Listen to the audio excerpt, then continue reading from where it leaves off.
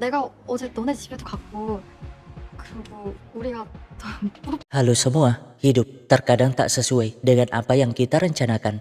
Padahal kita sudah berusaha sekuat tenaga, tapi selalu saja ada faktor yang membuat kita kehilangan arah. Dan itulah yang dialami saudara kembar saya di drama terbaru. Mengisahkan bocah SMA yang sangat jenius dalam bidang poker. Tapi karena suatu hal, ia meninggalkannya. Apa sebenarnya yang terjadi? Oke, jangan lama-lama guys, langsung saja ke ceritanya. Nah, kebanyakan orang menganggap poker adalah sebuah judi. Tapi bagi sebagian orang di bar ini, poker adalah sejenis permainan strategi seperti catur, di mana mereka meminta pemiliknya kita panggil Udin untuk mendatangkan bocah jenius itu. Secara kebetulan, si bocah jenius bernama Gugun kerja paruh waktu di sana. Tapi ia menolak permintaan tersebut. Namun karena Udin berjanji memberikan bonus gede, Gugun pun setuju. Nah, kartu pun dibagikan, di mana masing-masing mendapatkan 2 kartu awal yang cukup bagus, sehingga menambah jumlah taruhannya. 프리클럽에서도 다들 5만씩 건다는 건 다들 핸드가 좋나 보네. Ya, selain ahli membaca peluang, Gugun juga mampu membaca ekspresi dari gerakan lawannya, sehingga tahu siapa yang punya kartu bagus dan siapa yang menggertak. Setelah itu, 3 kartu tengah yang akan dicocokkan dengan kartu dipegang pun dibuka. Dan pastinya si Gondrong sebagai pemegang kartu as memiliki peluang one pair tertinggi. Sehingga saat Gugun menambah taruhan, si Gondrong pun mengikuti, berbeda dengan yang lain, langsung nyerah. Nah, kartu keempat pun dibuka, di mana Gugun lagi-lagi menambah taruhan. Tapi karena tahu kalau Gugun pemain hebat, si Gondrong pun nyerah. Apalagi kartu terakhir yang terbuka adalah 5. Mereka pun meminta Gugun menunjukkan kartunya. Jangan sampai nih, tadi si Gugun hanya menggertak, namun dia mendapatkan Three of Kind di kartu 5, membuat semuanya tercengang. Karena pastinya Gugun sudah menghitung peluangnya. Toh dalam permainan poker ada istilah yang disebut under the gun. Singkatnya, gadis bernama Seong kembali dari Amerika untuk melanjutkan SMA-nya di Korea, di mana anak teman ibunya bernama TH datang menjemputnya. Ya, karena sering bertemu sejak kecil, TH sudah jatuh cinta kepada Seong. Selalu mengungkapkan cintanya, tapi Seong selalu nolak karena memang hanya menganggapnya teman. Bahkan di rumah saat orang tuanya mulai ngejodohin mereka, Seong dengan tegasnya menolak. Di lain sisi, setelah ngambil bonusnya, Gugun pun lanjut kerja di minimarket. Meskipun gelisah karena ayahnya harus nginap di rumah sakit merawat adiknya. Sehingga saat pulang, ia terpaksa merapikan sendiri botol minuman bekas ayahnya. Besoknya, Seong pun masuk di sekolah baru, tepatnya di kelas Gugun. Membuat Seong langsung jatuh cinta pada pandangan pertama. Secara kebetulan, ia duduk di sebelahnya, sehingga mulai cari perhatian, memperkenalkan dirinya. Tapi Gugun malah tidak peduli. Bahkan saat Seong memastikan dirinya masih single. 좀 조용히 좀 해줄래? Nah, di jam istirahat, Wati dan Jamila mengajak Seong bergabung dalam gengnya. Dan pastinya Seong setuju, asalkan mereka menjelaskan tentang Gugun.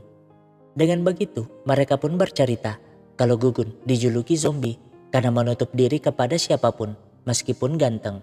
Padahal di tahun pertamanya, Gugun sangatlah ramah tapi berubah drastis sejak ayahnya bangkrut. Makanya tak pernah lagi makan siang di sekolah, tapi memilih kerja paruh waktu hingga malam. Ya, sepulang sekolah, Gugun langsung kerja di konstruksi, lalu ke bar, dan tengah malamnya kerja di minimarket.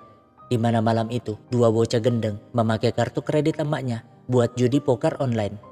Gugun sih mengingatkan untuk tidak taruhan, tapi mereka tak peduli, sehingga ujung-ujungnya boncos. Namun, mereka malah menyalahkan Gugun. Tapi tiba-tiba Seong muncul melerai, membuat mereka marah, tapi 이 누나가 태권도 4단이거든? jadinya mereka segera mundur teratur. Nah, Seong pun rela menunggu hingga Gugun pulang, bahkan mengikutinya dengan alasan kalau rumahnya searah. Berharap mereka bisa akrab, tapi membuat jantung Seong berdebar dengan sangat kencangnya hingga tak berhenti senyum semalaman. Namun besoknya, senyuman itu sirna karena Gugun tidak masuk sekolah, membuat Wati dan Jamila kebingungan. Nah, di jam istirahat, ia yang melihat piano itu teringat saat kecil dulu. di mana ia yang sudah berjuang keras di lomba piano hanya mendapat peringkat kedua, membuatnya sangat sedih telah mengecewakan orang tuanya, sampai-sampai ingin menyerah. Namun saat lagi serius-seriusnya main piano, Gugun yang sejak tadi tidur di sana malah terbangun dan 잘 지내? nah, mumpung ada kesempatan, Seong segera mendekatinya, berkata kalau sepertinya tuh mereka memang ditakdirkan bersama, mengajaknya makan siang agar Gugun mendapat nutrisi yang cukup. Tapi kan Gugun merasa dirinya lebih tinggi. 너부터 잘 먹어야 되지 않을까? Namun tiba-tiba ia mendapat telepon yang membuatnya panik.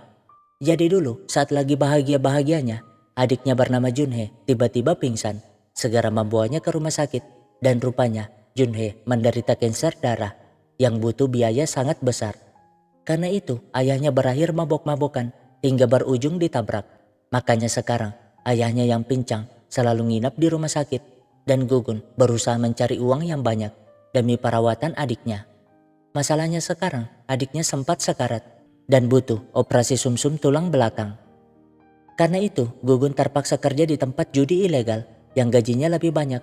Padahal ia sangat benci berada di sana, melihat permainan poker kesukaannya malah dijadikan sarana judi.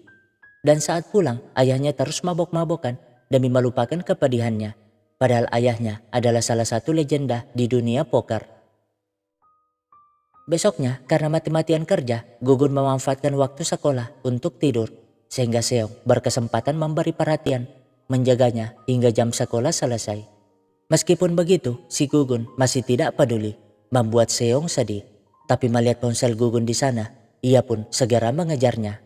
Secara kebetulan, cewek-cewek di sekolah mengerumuni TH, sang bintang poker saat ini.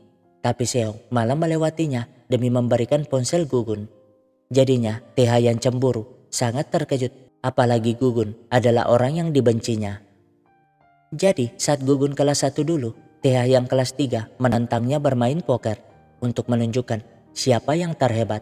Di mana saat permainan dimulai, TH mendapatkan kartu 5 dan as spade, sedangkan Gugun 10 dan queen spade. Lalu kartu di tengah adalah ini. Artinya TH berkesempatan flush, sedangkan Gugun berkesempatan strike flush. Masalahnya karena TH memiliki kartu as, maka dia berpeluang menang jika keduanya hanya mendapatkan flush, sehingga TH langsung all in. Begitupun si Gugun. Lalu kartu terakhir yang keluar adalah, artinya Gugun menang dengan strike flushnya. Makanya sekarang si TH sangat benci, apalagi melihatnya dekat dengan Seong. Nah saat mengantarnya pulang, TH lagi-lagi mengungkapkan cintanya. Tapi Seong dengan kesalnya menolak. Pokoknya ia tak akan pernah jatuh cinta kepada TH. Jadinya si TH semakin emosi. 앞을 계속 막으면 씹어버려야지. Jadi dulu ayah Gugun sang ahli poker terpaksa berjudi demi pengobatan anaknya. Tapi ia tak sadar dengan kamera di belakang membuat kartunya selalu ketahuan. Hingga berujung kekalahan dan bangkrut seketika. Di mana orang di balik layar adalah si TH yang bahkan menggiring ayah Gugun ke penjara, dan Gugun yang tahu itu sangatlah marah. Yah inilah penyebab Gugun benci dengan permainan poker, permainan yang sangat dibanggakannya tapi malah dijadikan sarana judi yang membuat ayahnya bangkrut. Hanya saja dia agak terganggu mengetahui Seong mengenal TH. Nah saat di bar orang-orang menunjukkan poster turnamen poker yang tak lama lagi akan digelar. Berharap sang jenius seperti Gugun dapat ikutan. Tapi kan Gugun masih tetap pada pendiriannya, tak ingin bermain poker lagi. Meskipun itu kompetisi, membuat Udin pusing bagaimana cara membujuk bocah ini. Nah Seong termenung sepanjang hari karena tidak menemukan Gugun di mana-mana. Tapi secara kebetulan ia melihat dua begundal jahanam ingin mencuri ponsel orang mabuk di sana. Sehingga ia segera menolongnya, tak tahu kalau itu ayah Gugun. Di saat yang sama, Gugun disuruh beli kartu khusus. Namun ia tak sadar kalau kartu itu sudah diakali bandar. Jadinya pemain yang tahu ngamuk. Bahkan Gugun pun jadi sasaran. Sementara Seong mengantar ayah Gugun pulang ke rumah. Dan secara kebetulan, Gugun yang babak belur pun pulang. Alhasil ia ikut masuk, melihat bagaimana suramnya kehidupan Gugun dengan banyaknya tagihan jatuh tempo. Tapi melihat piala itu, ia jadi tahu kalau ayah Gugun adalah legenda poker. Nah, ia pun pamit pulang, tapi tersadar dengan luka Gugun tadi, ia malah membeli obat lalu kembali, memaksa Gugun untuk diobati. Tapi kan saat berdua seperti ini, setan pasti selalu mancing-mancing. Jadinya, alhasil Seong pulang dengan sangat bahagia. Besoknya meskipun belum resmi pacaran, Seong yang memaksa ikut akhirnya sampai di bar poker itu. Membuat Udin bingung, ternyata bocah sengak seperti Gugun mampu mendapatkan gadis secantik itu. Nah, melihat Gugun kerja dengan tersenyum, Seong jadi senang. Ngerti kalau Gugun tuh sangat ingin bermain poker seperti dulu. Di mana Udin tiba-tiba memberikan tiket kompetisi itu, berharap Seong dapat membujuk Gugun. Nah, saat pulang, mereka pun saling bertukar nomor ponsel, lengkap dengan simbol cinta. Tak hanya itu, Seong bahkan mengikutinya kerja di minimarket sambil belajar. Kan pelanggan mulai menggoda mereka sebagai pasangan yang serasi. Setelah itu, Gugun pun mengantarnya pulang, di mana Seong lagi-lagi memeluknya, membuat si Teha yang sejak tadi mengikutinya kian cemburu.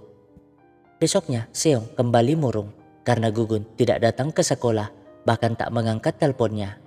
Ya, gimana mau ngangkat kalau adiknya lagi-lagi sekarat. Meskipun begitu, adiknya berusaha tegar, bahkan berkata, 혼자 너무 힘들지 않아도 돼. jelas saja Gugun sangat sedih, tak ingin adiknya berpikir seperti itu. Pokoknya ia harus melakukan berbagai cara untuk membayar operasinya. Tapi tiba-tiba Udin memanggilnya segera datang karena seseorang menantangnya bermain. Dan orang itu adalah si Teha. Jelas dong ia menolak, apalagi si Teha mulai ngungkit masalah Seong. Kan ia jadi tambah ingin memiliki Seong, biar si kampret ini tambah emosi. Segera pergi dari sana karena harus kerja di judi ilegal itu. Masalahnya si Teha membuntutinya dan melaporkannya ke polisi. Alhasil polisi pun berdatangan menangkap mereka, termasuk Gugun yang sangat marah melihat wajah jahanam si Teha. Seong sendiri mencarinya di minimarket, tapi karena tak ada, ia segera menemui Udin, sehingga Udin menceritakan pertemuan Gugun dengan pria bernama Teha tadi. Namun tiba-tiba Udin mendapat telepon dari polisi, segera ke sana bersedia menjadi walinya. Hanya saja meskipun dibebaskan, Gugun harus menjalani sidang karena terlibat dalam praktek judi adalah pelanggaran berat di Korsel. Nah, Seong yang sudah mendengar masalah Gugun dari si Udin langsung menasehati, harusnya tuh Gugun ikut turnamen tersebut daripada kerja di tempat tak jelas itu. Toh turnamen bukanlah judi seperti yang difikirkan Gugun. 뭐가 중요한지 이성적으로 잘 생각해봐. 먼저 갈게. Nah, saat pulang, sang ayah yang juga tahu turnamen itu dari Udin menantang Gugun bermain poker. Dan pemenangnya nanti wajib ikut turnamen tersebut. Nah, karena pertengkaran kemarin, Seong sedih sepanjang hari. Curhat ke ibunya tentang pria bodoh yang sangat disukainya, padahal ia ingin membantu. Tapi mengapa pria itu menatapnya dengan sedih, seolah-olah ia yang perhatian, malah mengacaukan semuanya. Jadinya ibunya menjelaskan bahwa begitulah cinta. Terkadang membuat kita stres, tapi cinta juga dapat membuat kita menemukan kebahagiaan sebagai manusia. Karena cinta bukan hanya kesenangan, tapi sedih juga adalah bagian dari cinta. 받았네. 우리 세영이 사랑 이렇게 받고. Nah, Gugun yang di sidang akhirnya menceritakan semua alasan mengapa ia kerja di tempat judi ilegal itu. Semua karena tekanan hidup, mengungkap penyesalannya sekaligus memohon dimaafkan. Alhasil karena Seong sempat mengumpulkan petisi dari teman-temannya serta hakimnya tidak disuap, Gugun pun hanya dihukum 100 jam layanan sosial, membuatnya sangat lega. Singkatnya, Seong lagi-lagi memberi perhatian kepada Gugun, tapi bocah tak tahu diuntung ini malah berpikiran kalau dirinya tidak setara dengan Seong. Kasihan jika Seong terbebani karena pria sepertinya. Tapi jelas saja Seong tidak peduli. Toh baginya Gugun adalah takdirnya, termasuk jika itu menjadi beban hidupnya. Lalu jadinya Gugun tidak dapat menahannya. Setelah itu ia pun menemui adiknya, tapi adiknya malah membahas turnamen tersebut. Lagian ia sudah mendengar cerita sang ayah atas kemenangan Gugun malam itu. Berharap Gugun ikut kompetisi bukan karena dirinya ataupun sang ayah, tapi demi Gugun sendiri. Yah, adiknya tak ingin lagi membebani Gugun lebih jauh. Toh yang dilakukan Gugun selama ini untuknya sudah lebih dari cukup. Alhasil berkat semua nasihat itu, ia pun menemui Seong. Selain setuju ikut kompetisi, ia juga jujur dengan perasaannya. 다시 듣고 싶단 말이야.